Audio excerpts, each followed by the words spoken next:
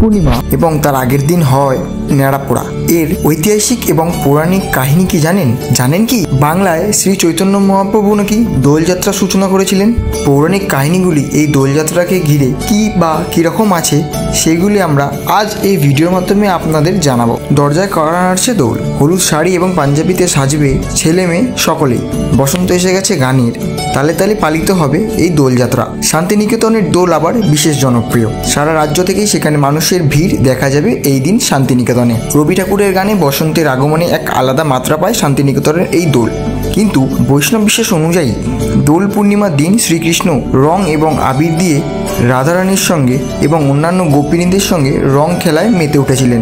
দোল খেলার উৎপত্তি সেখান থেকেই শুরু, যা আজও সমানভাবে এগিয়ে চলেছে। নমস্কার সকলকে, স্বাগত আমাদের নীলকণ্ঠ পরিবারে। সকলে চ্যানেলটি সাবস্ক্রাইব করে পাশে থাকা বেল আইকনটি ক্লিক করে নেবেন, যাতে আমাদের ভিডিওগুলির আপডেট আপনার কাছে দ্রুত পৌঁছে যায়। আজ আমরা জানব দোলযাত্রা সম্পর্কে। হিন্দু শাস্ত্রবিদরা বলেছেন এই দোল পূর্ণিমা দিনটিকে গৌর পূর্ণিমাও বলা হয়। তার কারণ 1486 সালের 18 ফেব্রুয়ারি শনিবার দোল পূর্ণিমা তিথিতে শ্রী চৈতন্য মহাপ্রভু জন্মগ্রহণ করেছিলেন। পাশাপাশি এই বাংলাতে দোল উৎসবের সূচনাও শ্রী চৈতন্যদেবের হাত ধরেই হয়েছিল। 1515 খ্রিস্টাব্দে তিনি গৃহত্যাগ করে নবদ্বীপে চলে যান এবং বৃন্দাবনে গিয়ে সেখানে রং খেলা দেখে অভিভূত হয়েছিলেন তিনি। তখন থেকেই নাকি বাংলায় দোল খেলা উৎসবের সূচনা হয়। ভক্তদের বিশ্বাস এই দোল খেলায় ভগবান শ্রীকৃষ্ণও নাকি হাজির হতেন মহাপ্রভুর সঙ্গে দোল খেলতে।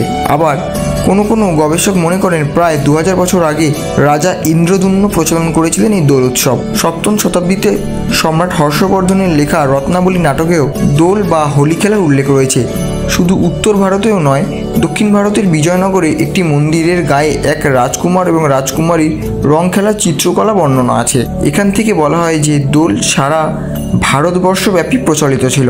এবার পৌরাণিক কাহিনীগুলি জানা যাক, যা দোলযাত্রাকে ঘিরে রয়েছে। অন্যদিকে পৌরাণিক কাহিনী অনুযায়ী ভগবান বিষ্ণুর পরম ভক্ত ছিলেন অসুররাজ হিরণ্যকশিপুর পুত্র প্রহ্লাদ। নিজেকে ঈশ্বর ঘোষণা করেছিলেন এই রাক্ষস রাজা। অহংকারী রাজার ওপর ব্রহ্মার বরদান ছিল যে তিনি দিন বা রাত, গৃহ বা বাইরে, মানুষ বা পশু, কেউ হিরণ্যকশিপুকে বধ করতে পারবে না। এরপর নিজের পুত্র প্রহ্লাদকে হত্যার পরিকল্পনা করেন রাক্ষস রাজা। নিজের বোন হোলিকার কাছে তিনি সাহায্য চাইলেন।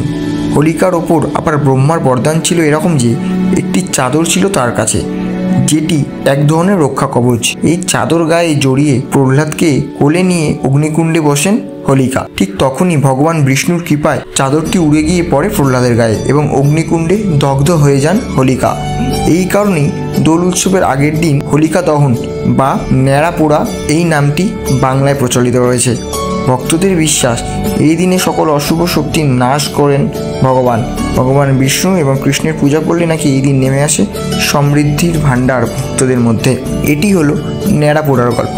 বিবাহিত নারীরা তাদের পরিবারের কল্যাণ এবং মঙ্গলের জন্য এই দোল পূর্ণিমায় বাড়িতে পুজো দেন এবং দোল উৎসব পালন করেন। ভারতবর্ষের বাইরেও দোল উৎসব ব্যাপকভাবে প্রচলিত হয়। বৈষ্ণব ধর্ম ছাড়াও শাক্ত ধর্ম, শৈব ধর্মরাও এই উৎসব পালন করেন। বৃহত্তর সমাজ জীবনের ক্ষেত্রে এই দোল পূর্ণিমার গুরুত্ব অনেক। তো আজকে আপনারা জানলেন দোল পূর্ণিমার পৌরাণিক এবং ঐতিহাসিক কাহিনী, এবং আপনারা জানলেন নেড়াপোড়া সম্পর্কেও। সকলে কমেন্ট বক্সে হর হর মহাদেব লিখতে একদমই ভুলবেন না।